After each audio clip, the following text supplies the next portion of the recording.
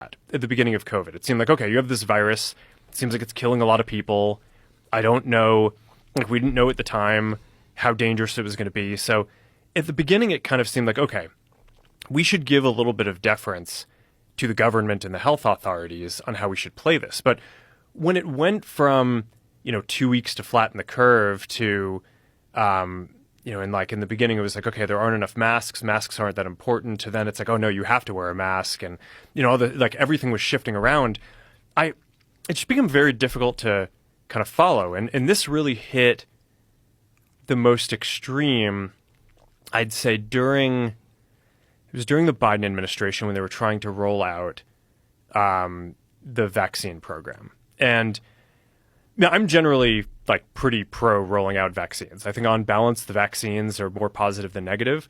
But I think that while they're trying to push that program, they also tried to censor anyone who is basically arguing against it. And they pushed us super hard to take down things that were true, right? I mean, they basically pushed us and said, anything that says that vaccines might have side effects, you basically need to take down.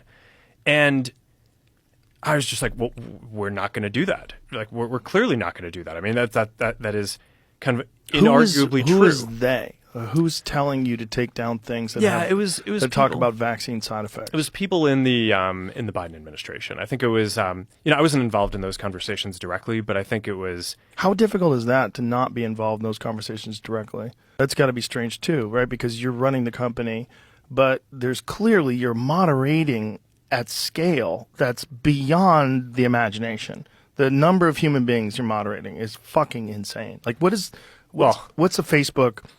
How many people use it on a daily basis? Forget about how many overall. Like, how many people use it regularly? It's 3.2 billion people use one of our services every day. It's wild. More than a third of the planet. That's so crazy. Yeah, and it's almost half of Earth. Well, on a monthly basis, it is probably half. But I want to say that though there's a lot of hypercritical people that are conspiracy theorists and think that everybody's a part of some cabal to control them. I want you to understand that whether it's YouTube or all these, whatever place that you think is doing something that's awful, it's good that you speak because this is how things get changed and this is how people find out that people are upset about content moderation and censorship. But moderating at scale is insane. Yeah. It's insane. Yeah. What we were talking the other day about the number of videos that go up every hour on YouTube, and it's bananas. It's bananas. It's like to try to get a human being that is reasonable, logical, and objective that's going to analyze every video. It's virtually impossible. It's not possible. So you got to use a bunch of tools. You got to get a bunch of things wrong, and then you have also people reporting things. And how much is that going to affect things? You could have mass reporting because you have bad actors. You have some corporation that decides we're going to attack this video because it's bad for us to get it taken down. Mm-hmm. There's so much going on. I want to put that in people's heads before we go on. Understand the kind of numbers that we're talking about here.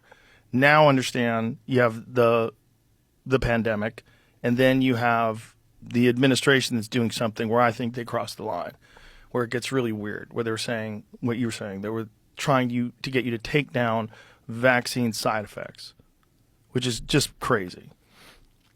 Yeah. So, I mean, like you're saying, I mean,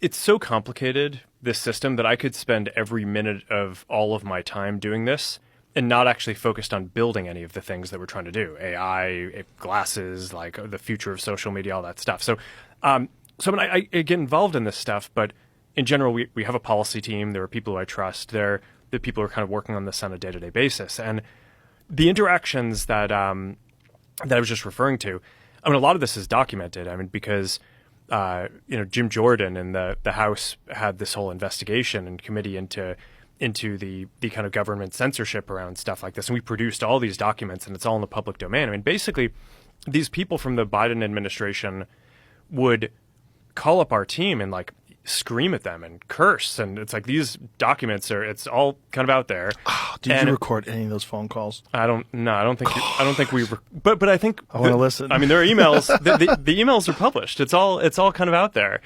And they're like, basically it just got to this point where we were like, no, we're not gonna take down things that are true. That's ridiculous. They wanted us to take down this meme of Leonardo DiCaprio looking at a TV talking about how 10 years from now or something, you're going to see an ad that says, okay, if you took a COVID vaccine, you're eligible for, for this kind of payment, like this sort of like class action lawsuit type meme. And they're like, no, you have to take that down.